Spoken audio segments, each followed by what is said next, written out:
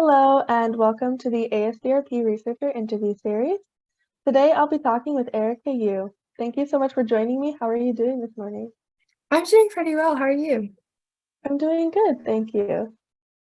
Awesome. Well, to start us off, will you tell me a little bit about yourself, what high school you go to, and your hobbies and things like that? Yeah, I'm Erica, and I am a senior at Amador Valley High School. And some of my hobbies include research at ASDRP, but I also am the co-president of our speech and debate club, and that's something I've been pretty involved in throughout my middle and high school years.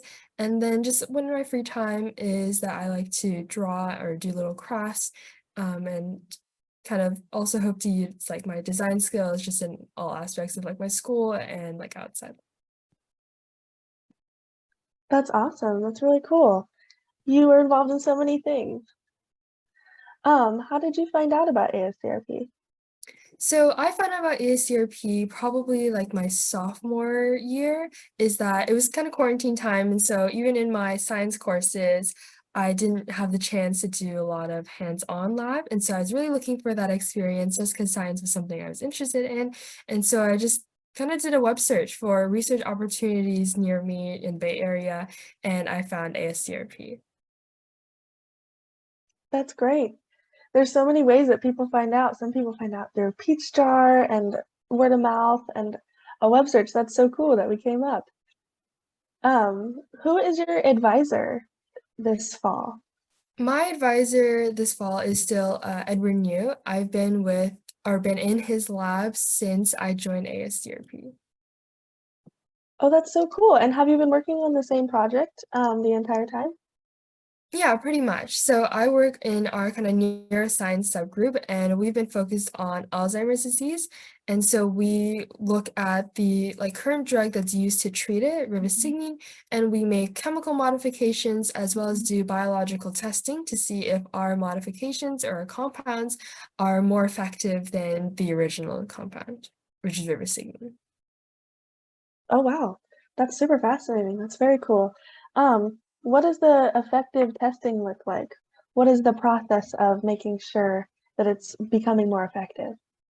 Yeah, so first, I guess we have to start with that. We have to confirm that we made the compound that we did. And so we use various forms of spectroscopy. So we use NMR, we also use like LCMS, this test, and then we confirm that we made our. We use a plate reader. We use an assay called a colorimetric assay, which we use the plate reader to quantitatively measure how much like yellow is released, and that yellow tells us how well our compounds are inhibiting it. So then we later do like some data analysis to kind of show graphically how our compounds compare to rivastigmine as well as our other controls. That's super cool. So you're really taking it through the full process from looking at the very beginning to the write-up at the end. Do you have a favorite part of that process? Do you prefer the hands-on work or do you like the back side of it? I think so.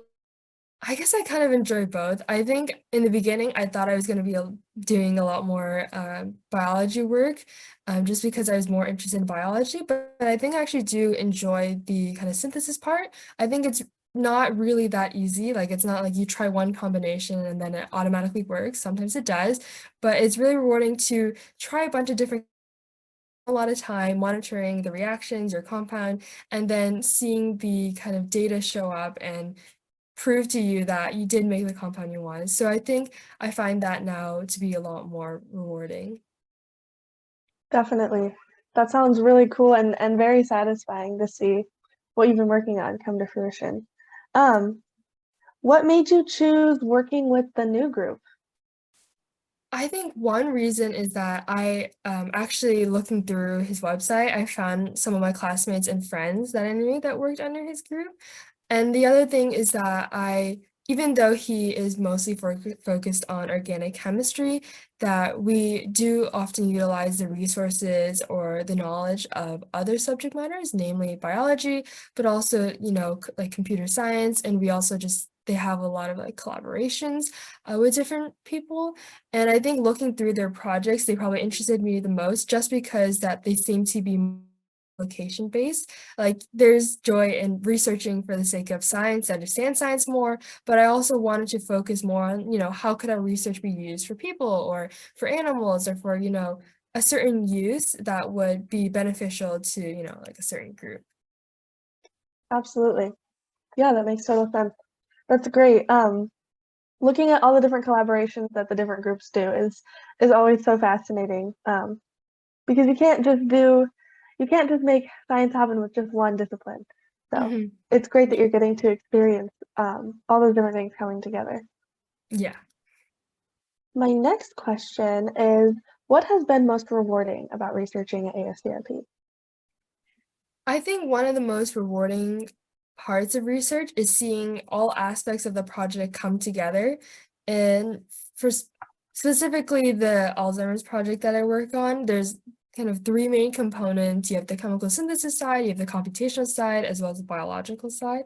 And then, of course, for different manuscript like publishers, they require additional data, but seeing kind of us being able to collect all those pieces of data, as well as kind of write up a manuscript and have that submitted, and being able to then present the same results to other scientists at different conferences, I think that was probably the most rewarding part, is just seeing the project come to completion and then being able to share that data we collected or the information that we learned to other people.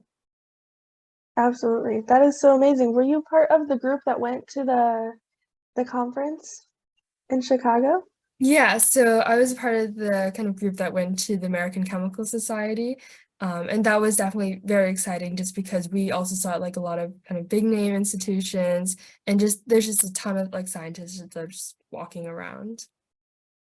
Wow, that is amazing. It's so cool. You guys get to go to conferences, and then you also said that you submitted something to be published, right? How was that process like? So that process, I think the writing part is kind of another challenge because you have to be able to tailor it to be understandable to people outside of our group who have worked on this project for a really long time. And so I think that was also kind of interesting though, to see where we needed to give more explanations. And so we submitted to JEI and we have actually been published. So now you can read our manuscript on their article.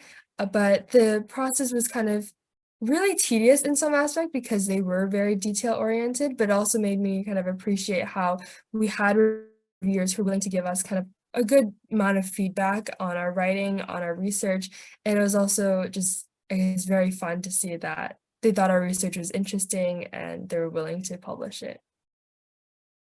Definitely. How amazing, you're already published and you haven't even graduated high school. Yeah. That's amazing. All of you researchers are so accomplished and so dedicated to your work, and it's really awesome to see. Um, so what would you say has been one of the most valuable things that you've learned so far? I think beyond kind of just the technical lab skills, I think one important thing that I've learned is to always stay curious. And I think that plays a key role when, especially when you're starting out, you don't really know anything. So you kind of just have to ask questions about everything. And the other part is that even if people have been doing a procedure and they just tell you, oh yeah, this works, so go do it, it's really important to understand why, because understanding the why, allows you to, learn it better or kind of question, is there a better way to doing these things? And that's kind of something that I found helpful in certain cases where we were following an old procedure and, we were always told, oh yeah, it works, but, no one really remembers why. It's kind of important to break that down and see if we can troubleshoot it. Um, and that's just kind of like one example of like how remaining curious, regardless of if something has been proven to work or people say it works, it's just always like question and always try to understand why things are. Definitely. And that's a very valuable skill to know in the lab and also just in life in general. So that's great. That was such a good answer. Um, Where do you see, now that you've published and you've even been presenting on this project, where is it going next? What's happening now? So I think one aspect that we are really interested in is that, like you mentioned before, we kind of try to cover all spectrums, but of course, we're only doing kind of the in vivo testing, basically not testing on organisms or of course not on people. So it would be amazing to see if there would be like clinical applications, but I think what we're currently doing is actually kind of forming different collaborations with other research groups and potentially outside like biotech institutions. And with those collaborations, we're hoping to explore different aspects of this like hypothesis that we're following, or Alzheimer's is we wouldn't be able to do with our skill set. And so are working with some biology groups to see if we can just even do some testing on like C. elegans and see how they affect organisms. We're also kind of looking with more instrumentation-based groups to see if we can just even better understand the mechanism of action of, the kind of enzymes or, neurotransmitters that we're working with, and then utilize that data, biology and, instrument-wise, to improve our design and kind of go back to our original step, which is chemical synthesis. Wow, all of that sounds so exciting.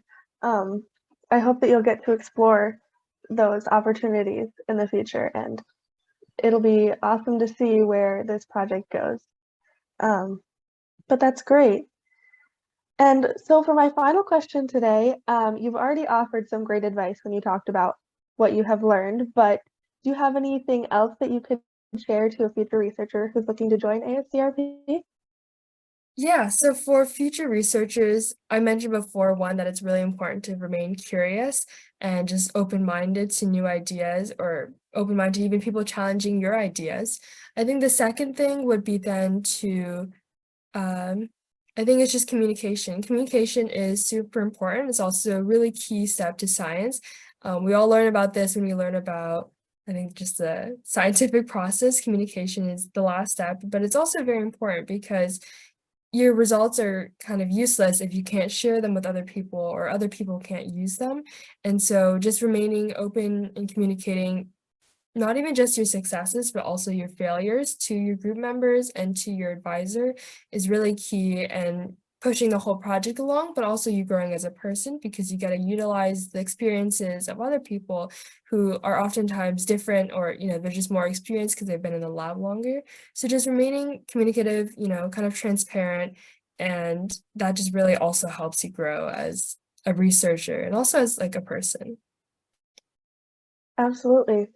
Well, that was so well said, and you've done a wonderful job of communicating today about your research. I personally don't do research about Alzheimer's, and I feel like I've learned so much. So thank you so much for such a wonderful interview, and good luck with everything in the future, and I hope you have a great rest of your day. Thank you.